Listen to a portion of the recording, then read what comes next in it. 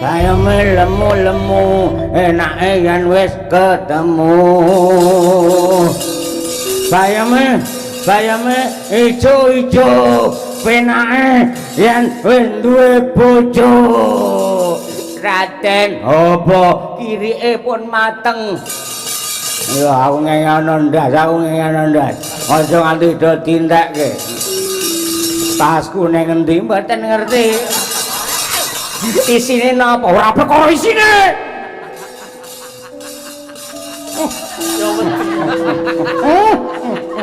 wong ngombe kuwi entek sak gelas candrane kaya Eka Patmasari Eko siji Patma Kembang Sari wis ngarani candrane kaya kembang sing lagi megar nggih betul terus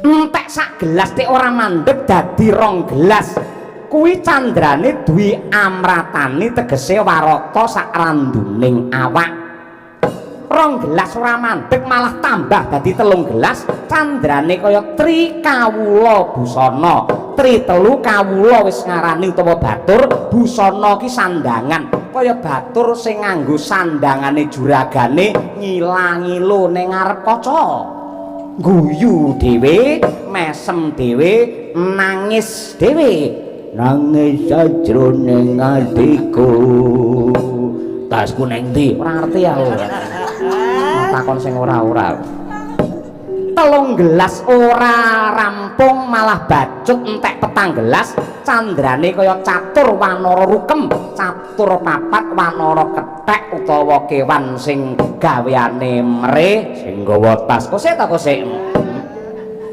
rukem tegese wowoan kaya kethek sing luru wowoan suarane ting cruwet ninggaling tata krami bengak-bengok pisuwe bindil 4 gelas ora rampung kok malah entek 5 gelas candrane kaya panca sura panggah panca kilima sura wani panggah wis ngarani karo sapa wae tanpa duwe rasa ewuh lan pakewuh wong nuding nika ketoke ngelek-elek wong liya ning jane ngelek-elek karo awake dhewe merga driji siji nggih nuding wong liya sing papat ki nggih nuding awake dhewe sampean nuturi kula monggo sampean ngandhani kula monggo ning mangilu algitok sampean kula ngerti sakniki sampean dadi sultaning rat oboring jagat titise Bathara Wisnu niku lak sakniki apa ora ngerti jaman nom-noman riyen jenengan niku molimo riyen mang tindake madak madon minum main maling sampean wis budaya pendak dina paradene semuci suci saniki mang jujur sakniki mang prasaja aja ngapusi kula takoni mang jawab sing bener bakul suweke sing mang tengipun pinten mawon yaki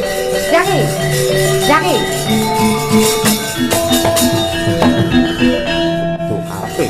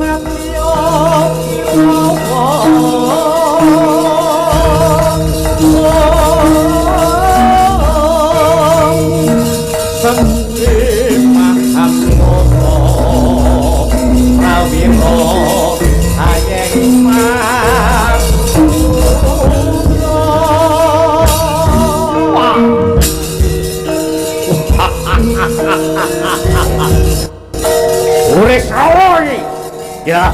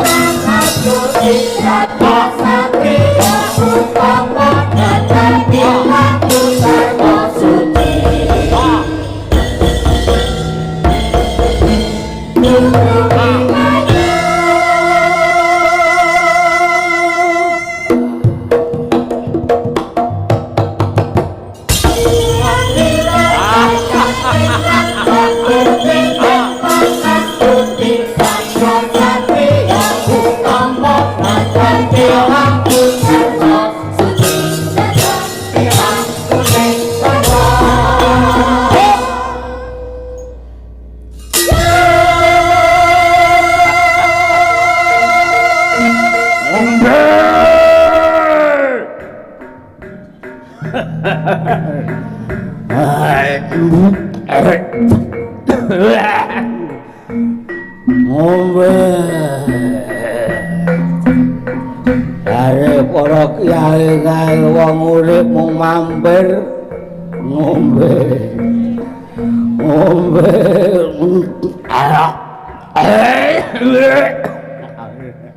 aku ora mendem, aku ora mabuk, aku sik kuat demung, aku sik kuat.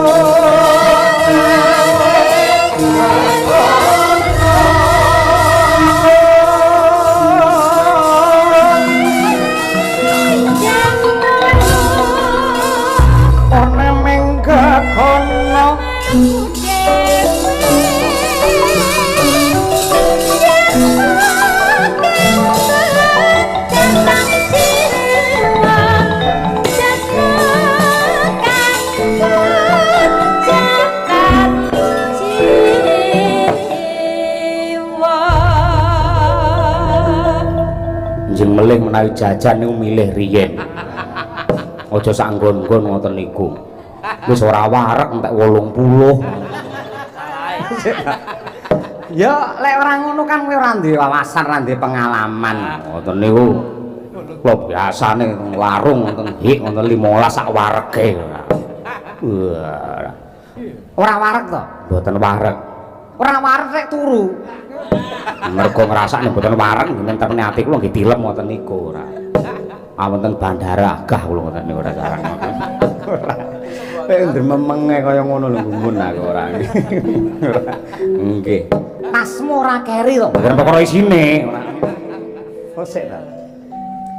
Iki wacanan lak bener ta undangan saka Taekwondo. Nggih. Diwaca? Nggih. Nuwun sewu. Iya. Lho lek maca adoh men to ki. Lah cedhak malah mboten ketok. Masalah. Ngangge kaca permana apa piye ngoten? Mboten gadah anggaran ora. Ngaten iso ngrokok pun alhamdulillah. Diwaos. Nggih. Undangane kapan? Nggih. Dinten Jumat. Sukra. Terus tanggale utawa Surya utawi tanggal kaping 3, Candra kaping 5. Candra iki bulan. Tegese benjing tabuh pira? Mboten nabuh prei sepi niki. Tabuh ki jam tegese. Jam pira? Jam 9 incing. Oh iya. Tegese yen saiki lumaku marang Ngetalkondo diarah sesuk mbarengi pletheking srengenge pun Kakang lan Siadi wis tumeka ning Talkondo. Nggih. Temriko dareni nggih coy-coy ngoten. Enak, aja kuwatir to. Ora mbayar ning ngono kuwi ora. Adate mesti dicelukke kae sego goreng kae sing dituntun ngono kae. Ngono wis iso kaul. Sokne aja ngono kuwi lek nyisani siji tegese nggih aku. Lah kok mau bengi melok kok pangan iki lho karepmu piye ora. Lah kula iman-iman ngerti sego men dipangan. Kok ndelok sisa ora ngoten. Aja kaya ngono kuwi. Aku maling goreng ndok dhewe ning pawon ora. Nggih. Undangane sesuk-esuk jam 09.00 saiki lumaku diarah sesuk barengi pletek srengenge wis temekane Talkondo. Undangan iki aja nganti ilang mergo iki kanggo wong loro. Inggih, tiyang kalih. Wareg lan luwene Setyaki gumantung undangan iki. Nggih. Ayo disimpen. Nggih ngestokaken dawuh. Boten langkung monggo enggal dipun gelak lampahipun. Ya. Nadyan kaya ngapa lan kepiye ana paribasan lho kose napa tresna lan ngandika Duh Yayi Prabu Haywa sungkaweng tias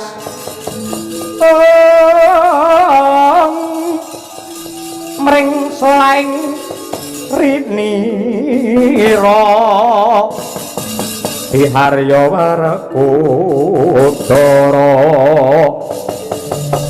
nadyan wruhaya tining pangapus tingkah Kurawa Cidra Tyaki wonten dawuh marpa mrana sawangen kowe pangkling apa ora wong gimbal rambute sing mendem jengklekan turut dalan kae sapa? Ketala Munta Putra Mandaraka. Sapa?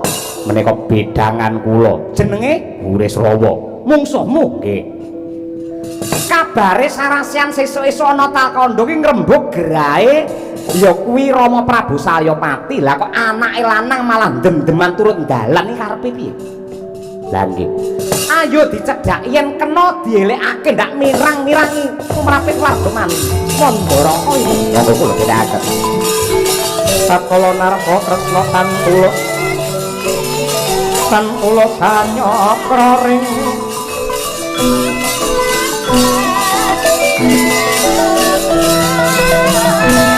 Swara prasnawi kutha sanggang kali ing raka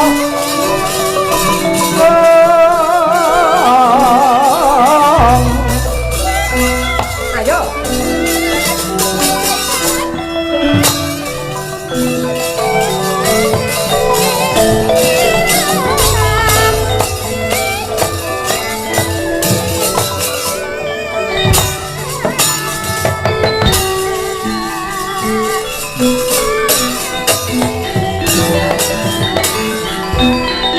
Udril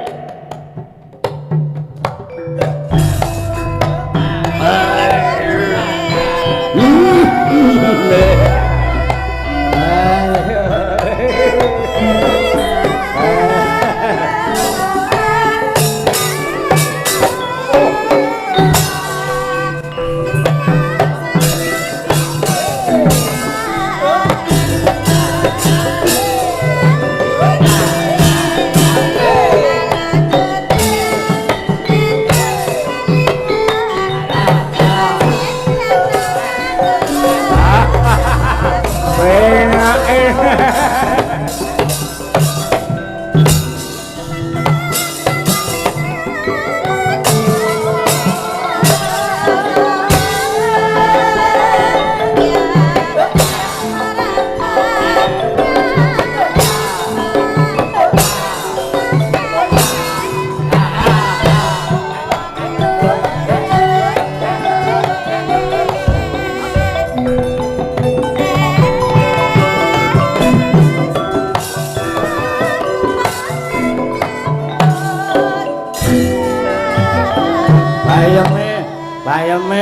bayame lemu-lemu enake yen wis ketemu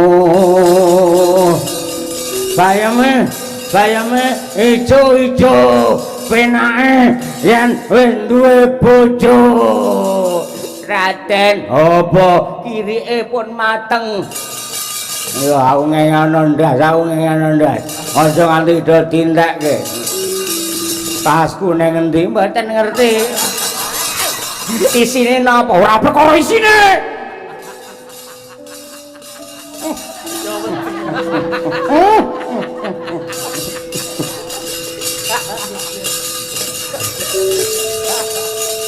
Buris Rama ngono ya ngono ning aja ngono ngibarate gamelan nganggo laras kabeh kuwi kudu angon karo swasana ing atase ramamu nandang gerah kok kowe jengklekan dem-deman turut dalan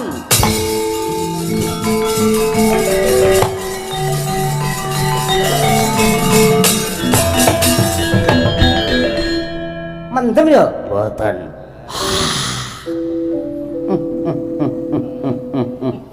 mendem boten kula ngombe entek sak drin boten badhe mendem isih ngerti karo aku ngerti wae sapa iki Prabu Dasamuka sampean lo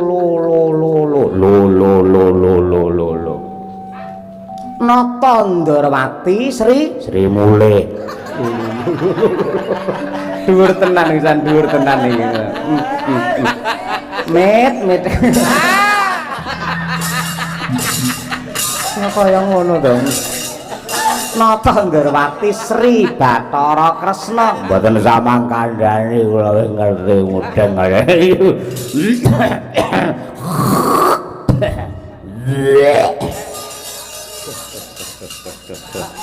kaya ngono kuwi ta nggih anak ratu ora pantes babar pisan Buris Rawa apa Kakang Prabu pripun kowe tak kandhani ya ngendikane para winasis kae wong ngombe kuwi entek sak gelas candrane kaya Eka Patmasari Eka siji Patma Kembang Sari wis ngarani candrane kaya kembang sing lagi megar nggih betul terus entek sak gelas tek ora mandeg dadi rong gelas kuwi candrane duwi amratane tegese warata sak randuning awak rong gelas ora mandeg malah tambah dadi telung gelas candrane kaya tri kawula busana tri telu kawula wis ngarani utawa batur busana ki sandangan kaya batur sing nganggo sandangane juragane ngilang-ilo ning ngarep kaca guyu dhewe mesem dhewe nangis dhewe nangis sajroning atiku tasku ning ndi ora ngerti aku takon sing ora-ora telung gelas ora rampung malah bacut entek petang gelas candrane kaya catur wanara rukem catur papat wanara kethek utawa kewan sing gaweane mereh sing gawa tas kosek ta kosek rukem tegese wowoan kaya kethek sing luru wowoan suarane ting cruwet ninggaling tata krami bengak-bengok pisuin bindil nggih terus petang gelas ora rampung kok malah entek 5 gelas candrane kaya panca sura panggah panca kilima sura wani panggah wis ngarani karo sapa wae tanpa duwe rasa ewuh lan pekewuh Apa kira-kira tinemu ing nalar mlebu ning akal ing atase kabar semebar warta rata lamun Rama Prabu wong tuamu sing ukir Jawaragamu Joki Prabu Salyapati nandhang gerah nandhang raga ilange kelawan keris Kyai Udan Mas dadi srana peteng ning Mandaraka. Lah kok anak ratu malah jengklekan turut ndalan iki karepmu piye? Kudune kena nggih conto nggih tepa tuladha tumrape para nom-noman ing Mandaraka ora kok banjur nabrak aturane agama nyingkur karo wewarahe para kiai kaya ngono kuwi. Kowe ora pantes dadi anake ratu yang patrap ngumbar maksiat kaya ngono kuwi. Mangkahan grus-grus sesumbar lendo ketar bumi konjing kumaludok guntur atro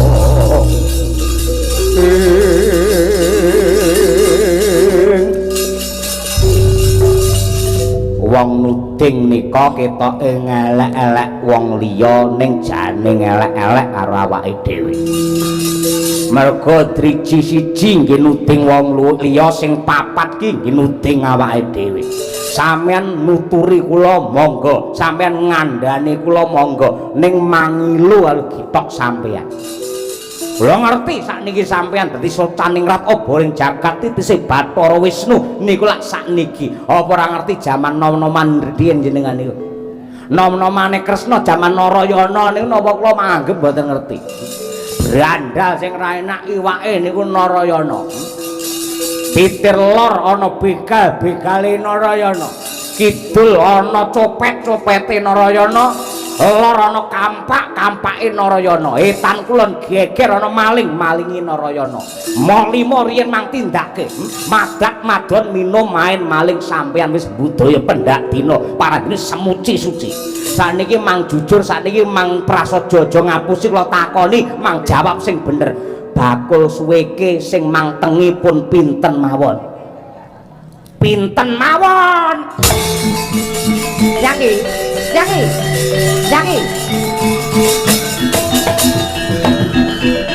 Tuh karepe dhewe cangkeme muni sing ora-ora. Ora melek mripate. Iki Obaring Jagat Sultaningrat titi sing Bathara Wisnu. Kok adake ngetengi bakul suweke. Ora trimo rasane atiku. Iki sesembahanku nata agung Darawati pundi-pundi karo sak negara yen lu jagat iki kabeh padha ngurmati. Muni sing ora-ora. Ratu Kong Bindetara ngetengi bakul suweke. Aku sing ora trimo. Iki titisi Sanghyang Suman diwane kabagyan. Paradene ngetengi bakul cangkemmu menengo. Burisrawa muni pisan kuwi ping 1000 ora. Neng ndi Dek? Ngantem. Ora tak perintah ngantem tek ngantem. Mboten kiat panas to kuwi. Mang pinarak ingkang prayogi. Ning aja nganti kok patene. Wong ngerti Udanagara. Sing baku singkirna yaki.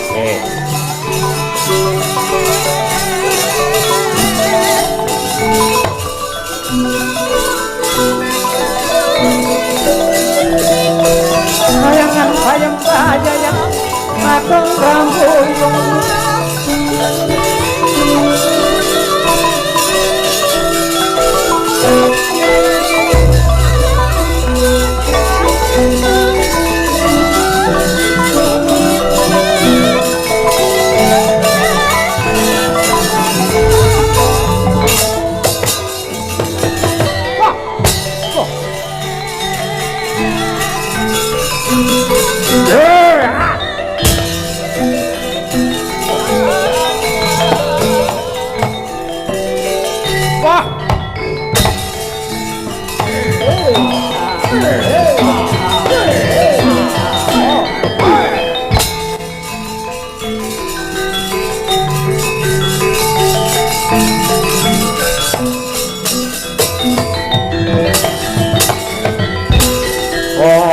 dongeng entek-entek sing menunggu pakai nono panunggul apa dosane dosa ngungkulisa sama aja di ndak kuat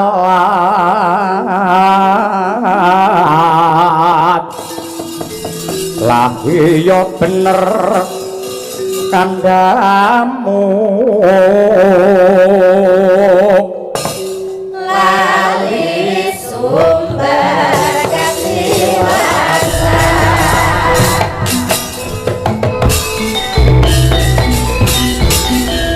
tanpa sumber tanpa kabar ngerti-ngerti ngantem karo aku Yaki Sencaki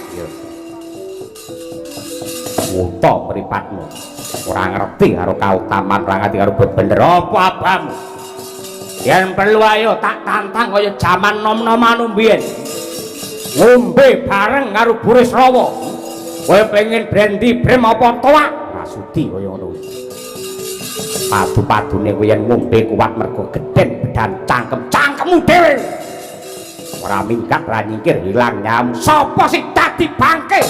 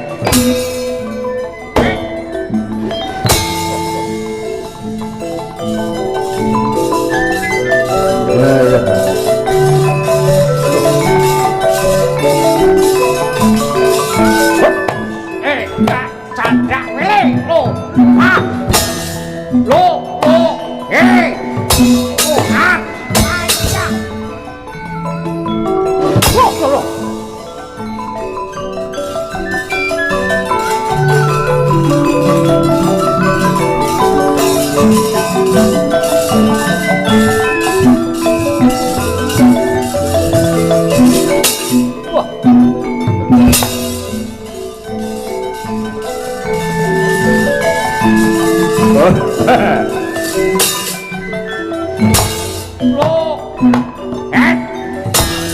Wah.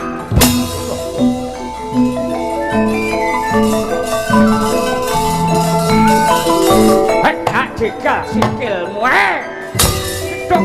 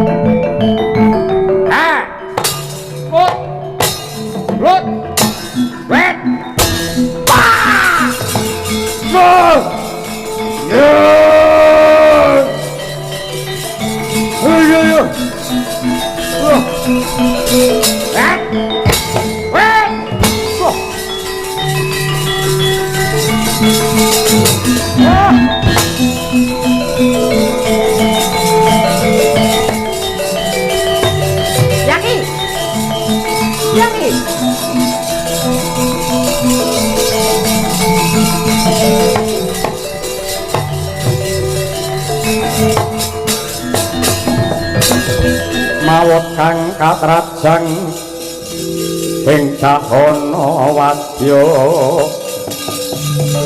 sangkep kaprabon prang kang abramarkata Satyaki mboten dawuh pun kakang meling piye kelawan si Adi kok ajar monggo kok singkirke monggo ning aja nganti mati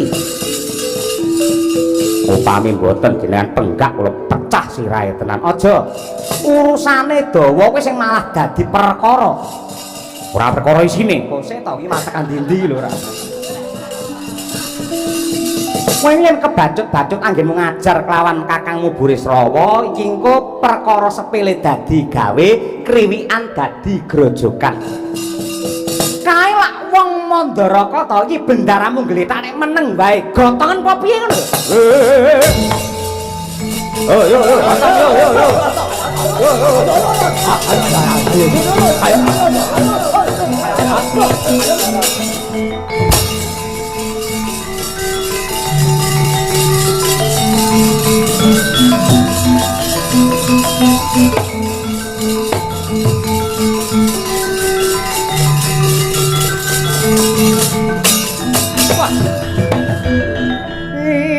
rung ladrang kleyongan laras itu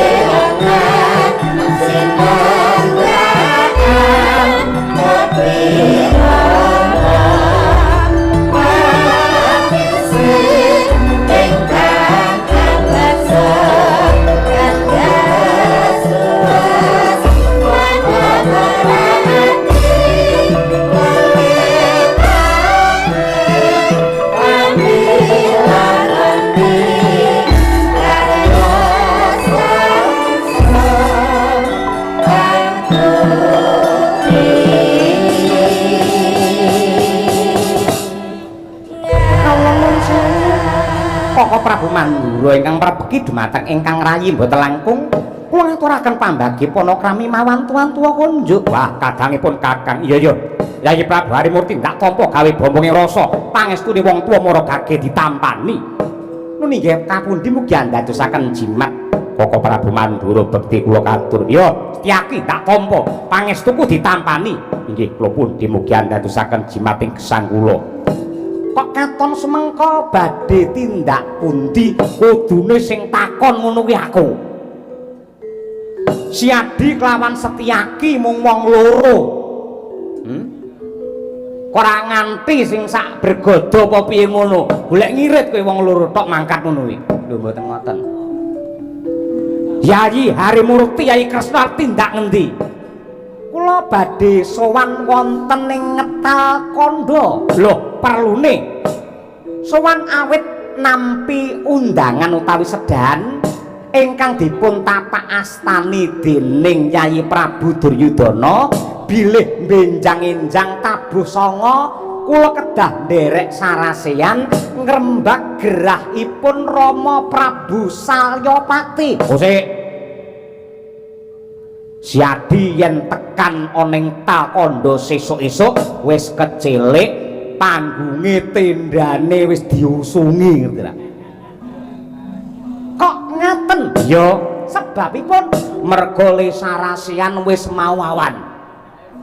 Aku iki bubar saka Ngetal Kandha rembukan ana ing kono. Mboten, wong undanganipun menika benjing kok. Siadi dadi wong kondang, dadi wong pinunjul. Aja sok nyepeleke karo undangan. Kuwi banget-banget anggene Kanjeng Hyang iki ngenteni kelawan Arawe Siadi Harimurti dadi colok pepadang tumrape peteng Mandaraka. Parandiran teka sesuk karepmu piye?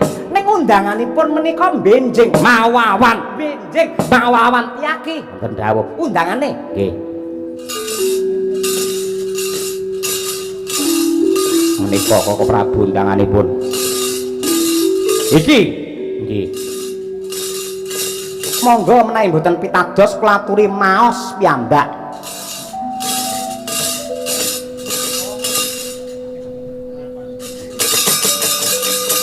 Punjing langit kelap-kelap katon bangsat Lergindange ngaletre sang maweh gandrung sesuk tenan to iki.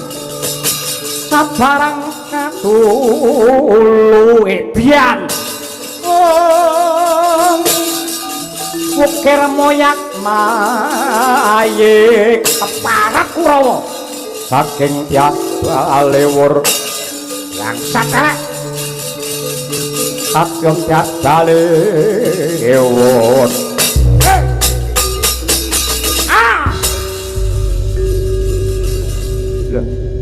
niku undangan tinggi mendhet senek malah diurak-arik ngoten niku pripun lho. Seneng menawi kula bayar 80.000 mangke. Niku isine ora perkara isine.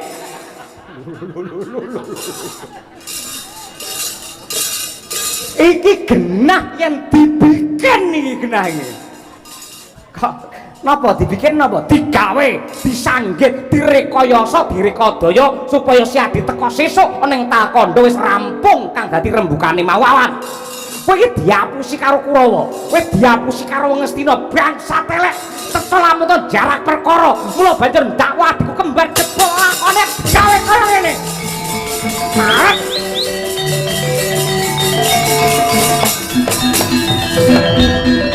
gelem ra gelem dina iki aku njaluk tulung. Aku njaluk tulung, aku mbayar ya gelem. Kok ngoten? Perintahan aku. Perintahan Baladewa. Dipun perintah menapa? Kowe kudu manut karo kandhaku. Surasane perintah kudu kaya ngene. Kados pundi? Koko Prabu Mandura. Kula nyuwun tulung, jenengan kula perintah supados dhateng Talkandha mang padosi sing jenenge Durna, mang bupaki telake, mang ngomong ngono kuwi. Kowe perintah ngono kuwi. Aku yen ngajar Durna mergo perintahe Sang Hyang Wisnu ora bakal wedi nampa dosa. Aku perintah ngajar Durna. Ayo.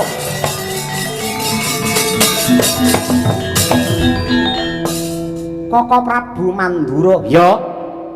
Kula nyuwun tulung menapa paduka kersa, mesti wae gelem. kunjung langit kelap-kelap katon mudyar kowe Durna.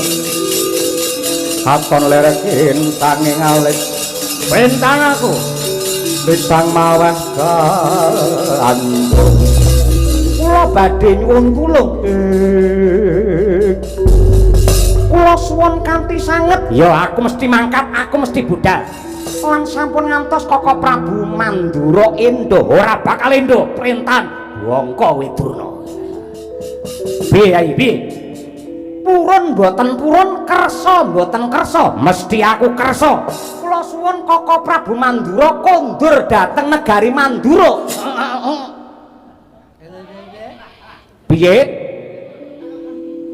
gak salah ta kondur kemawon lho ora perkara isine nggih ning nuwun sewu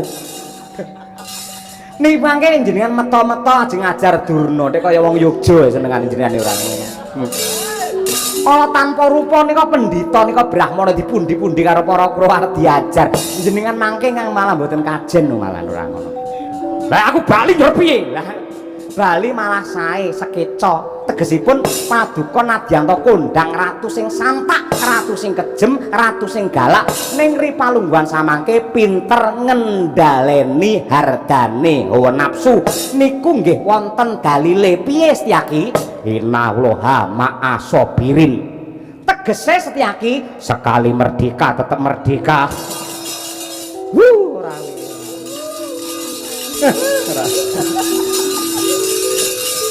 aku kudu bali ora ngajar Durna mboten sah iki mangke malah dawa urusane lah yang nganti si kembar kok nemahi bilahi njur piye mangke wonten tanggel jawabe Nata Ndrawati paduka katuran jenak pinarak kemawon mangke Purbawasesa kula nyedherek sedaya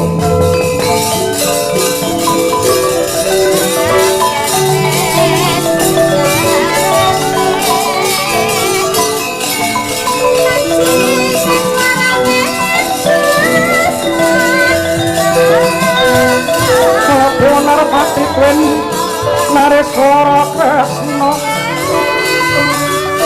Nelangkunging tresnane ira mring sang hyang panon sinawi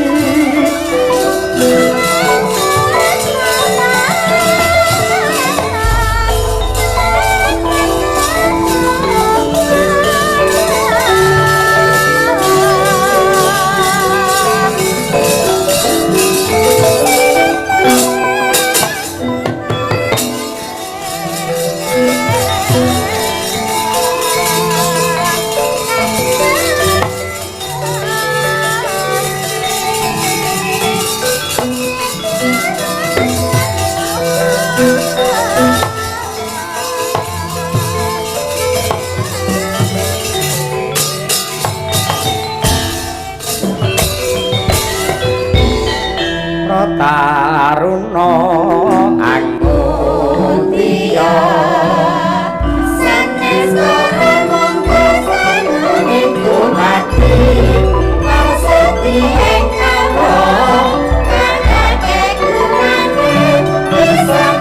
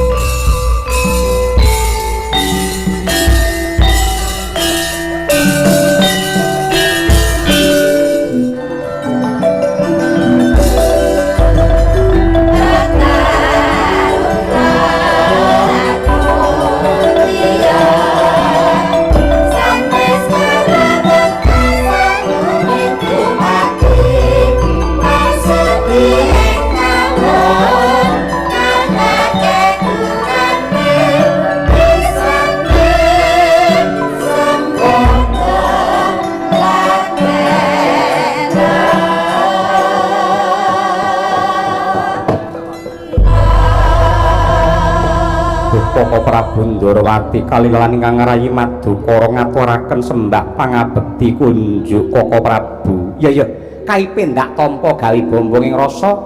Koko Prabu Mandura bekti kula katur. Ya Janaka ndak tampa gawe bombonging pikir. kok katon sumengko pengawak bojro sigra kang mawa gita semuning gimbal wigati arti ndak ngendi Dimas Parto. Koko Prabu piye? Kula nyuwun pangestu saha nyuwun palilah badhe bidhal dhateng sawo jajar. Lho, nggone adimu Nakula. Inggih, sarta dhateng bumi Retawu. Nggone adimu Sadiwa kaluhuran. Perlune apa? Badhe ngajar dumateng lare kalih kala wau. Lho, dosa keluputane cah kembar wani murang tata nyidra wontenipun keris Kyai Udan Mas Pusaka ing Mandaraka. Siadi tek tumandang makarti kaya ngono kuwi manut karo dawuhe sapa? Manut kalian dawuh pangandikanipun Kanjeng Hyang Bisma ing Takandha. Sakiwa tengene Resi Bisma kono ana sapa? Wonten Sata Kurawa. Ngerti ora watake Kurawa yen karo Pandhawa piye apa ora? Lho nggih apa? Piye? Rinten dalu tansah budidaya curnane para Pandhawa. Upamane yen Penemban Durna kuwi banjur dikileni kang dadi karnane dening para Kurawa, banjur mitnah kelawan adimu Sinakula Sedewa pamrih supaya Pandhawa ora rukun, iki mengko kira-kira sing bakal rugi sapa? Lah nggih menika to. Lah mula kang mangkono kudu dipikir luwih dhisik. Aja grusak-grusu ndak kesluru ana dalan kleru.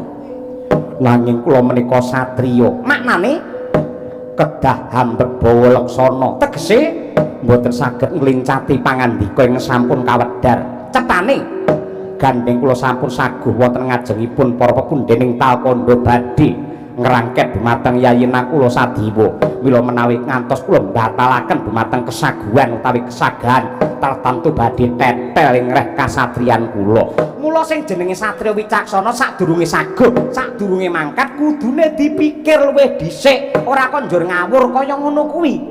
Kula menika tanpa benten kalian panah. Panah piye? Manut ingkang lepasaken ganteng jembaring kala ingkang lepasaken menika Kanjeng Hyang Talkanda supados kula merjaya dumateng Yayi Kembar tartamtu badhe kula tindakaken.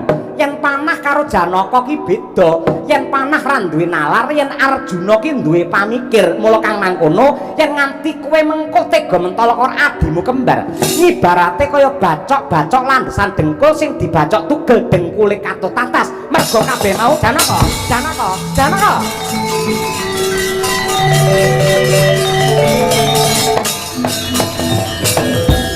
Tak tututane. Sampun mboten sah, sampun.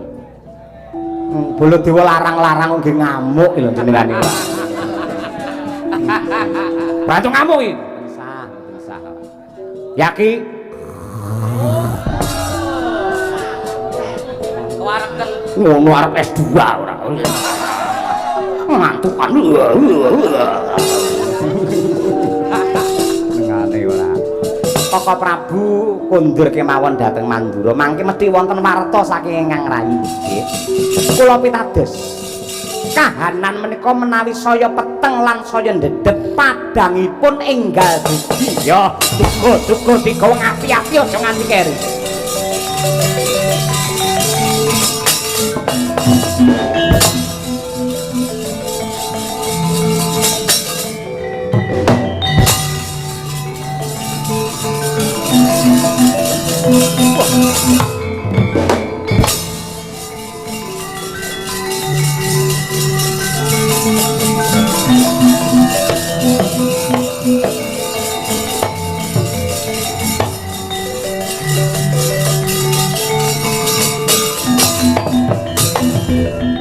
Nambang ngoro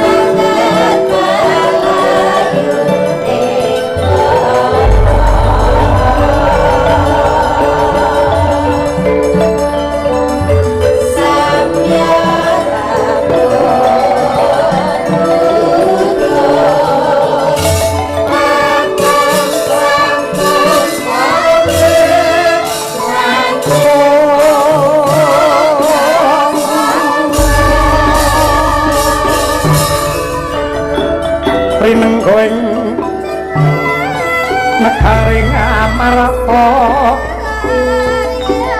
kasatriyan sawo jajar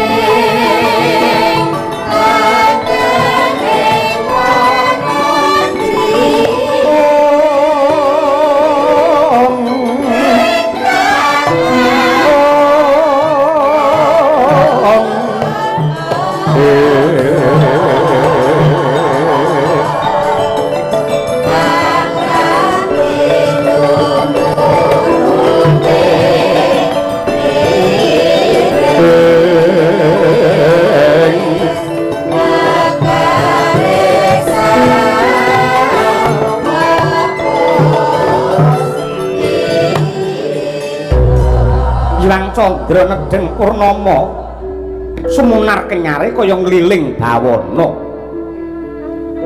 Kartika Abyor sumunar ngrenggani ngantariksa amimbu endahing swasana ing wanci dalu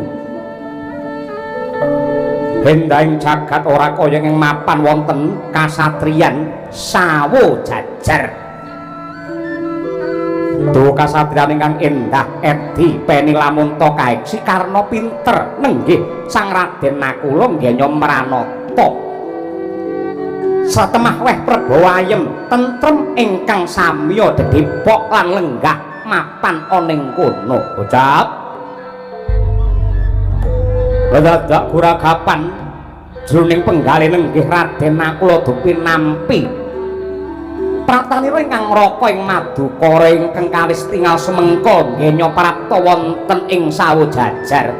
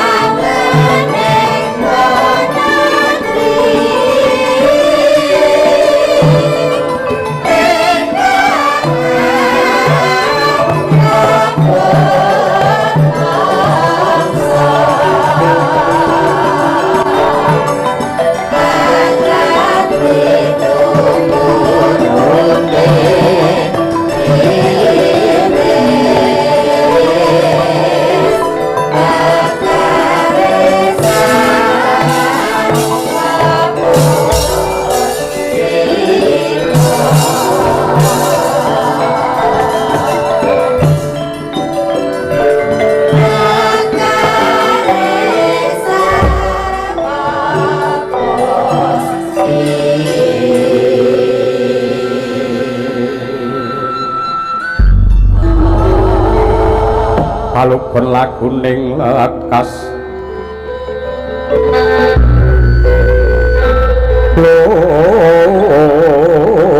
kita linuding kidung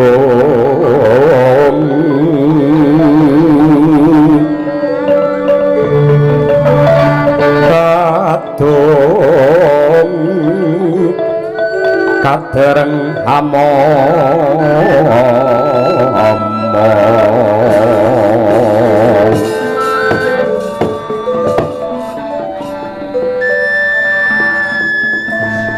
Nuwun sewu babar pisan mboten dugamana bilih palungguhan samangke Kakang Mas Madukara kepareng nyarirani pribadi rawuh wonten ing sawo jajar kalilan kula ingkang rahipun kula ngaturaken sembah pangabekti mawan tuwan-tuwa kunjuk lan kalilan kula cumadung dawuh Kakang Mas Madukara wonten wigatos menapa tek ngantos kraya-raya rawuh wonten ing sawo jajar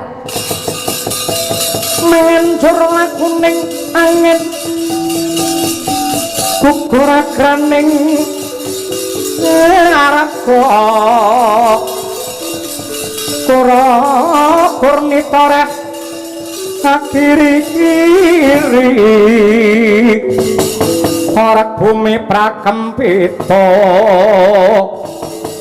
padula mangambak udan treswor lan lesus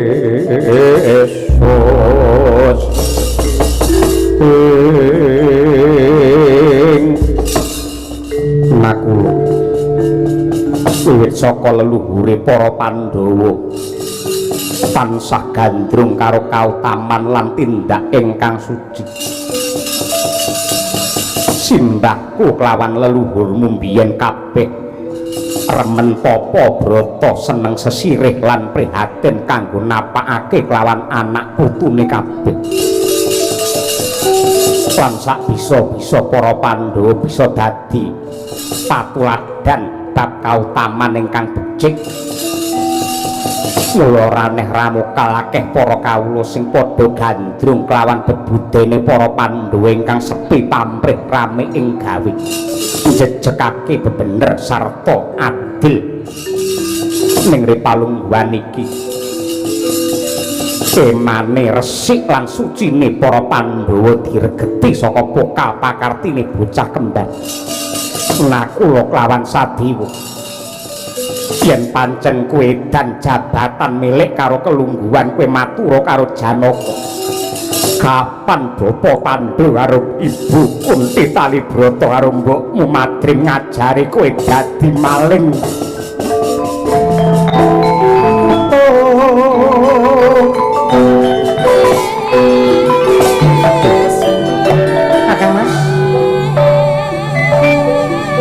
bingung raos sing manah kula ingkang paduka kesaken menika kados pundi kadya sinambring gelak jantung kula sasampunipun paduka paring dawuh nuding-nuding dumateng ingkang rayi mongko dados durat moko aja rewa-rewa ora ngerti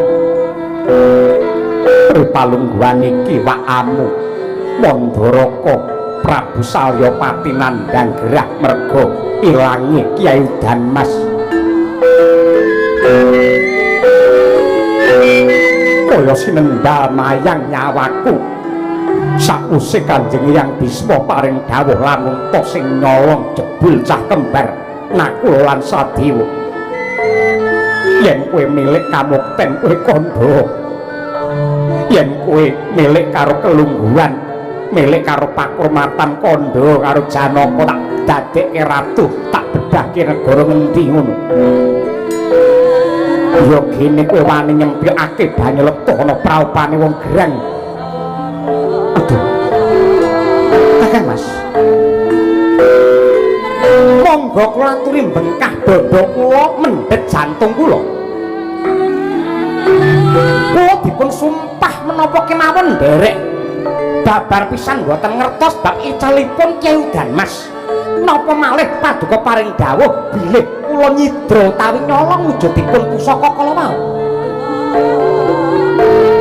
sapa sing ngajari kowe pinter micara lunyu wilatmu kaya ngono dina iki kok balekke ora janji ora kok balekke aku tegel tega mentala mecah karo sirahmu kakang Mas kula mboten ngertos kakang Mas kula mboten ngertos kakang Mas saestu balek kok mengko jaluk ing ngapura balekke kula mboten ngertos kakang Mas bakal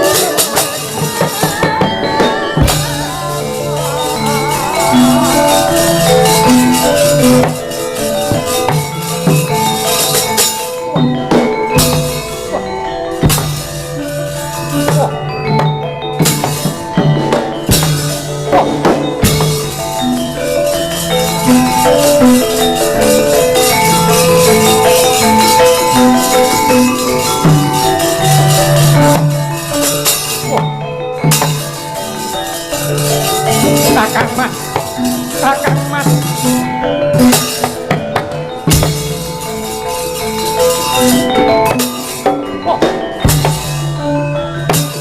wah